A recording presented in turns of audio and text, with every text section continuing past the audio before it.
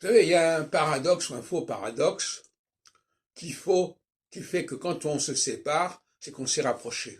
Et quand on se rapproche, c'est qu'on s'est séparé. Donc il y a une sorte de dialectique qu'il faut absolument maîtriser, qui est à la base de l'astrologie, qui est à la base de ce que j'appelle l'astrologie mondiale, l'astrologie globale, dans laquelle toute la pratique de l'astrologie individuelle doit s'inscrire.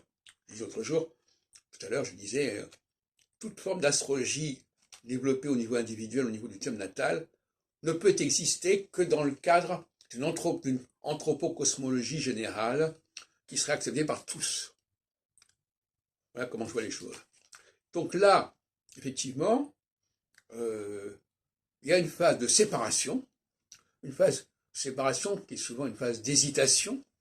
On commence quelque chose et puis on hésite, on est flottant, voilà. Et puis, la phase équinoxiale qui suit dans la période suivante, on n'a pas forcément, c'est pas forcément au début d'une phase solsticiale que les choses se passent.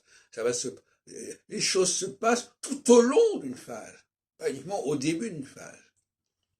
Moi, par exemple, dans ma vie sentimentale, puisque je parle de ça, eh bien, en 74 et 76, en phase solsticiale, j'ai eu même plus que ça, j'ai eu plusieurs aventures affectives qui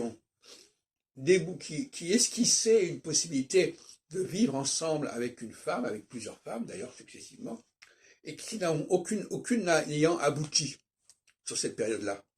Parce qu'en phase solsticiale, les choses n'aboutissent pas. Il faut attendre la phase équinoxiale suivante ou une phase équinoxiale plus tard pour que les choses se concrétisent.